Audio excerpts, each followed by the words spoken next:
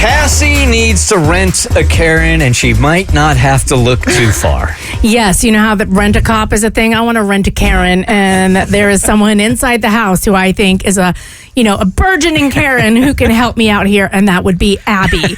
Because your family has called you out for being like a pre-Karen, right? They think I have like the equivalent of like pre-diabetes. I have like pre-Karen syndrome. They're They're not there yet, but you might want to watch your sugar intake. PKS. You're a KIT. You're a Karen in training. Yes. Well, I'm trying not to be. They have seen some burgeoning Karen traits, and they're a little bit worried that I'm going to become like a raging woman with a Kate Gosselin haircut at some point. Which all of us in here, you told us those situations. Y'all can go listen to it on the Bert Show podcast, but we decided you're not a Karen, you were in the right. But I have an instance where not only could you go full Karen, you would be justified for doing it.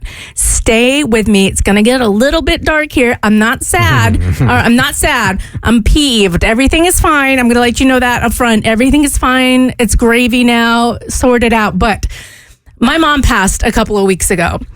And one of the things, this being like the first time a parent is passing or someone very close to us in the U.S., because the rest of my family is in the U.K. and things are slightly different.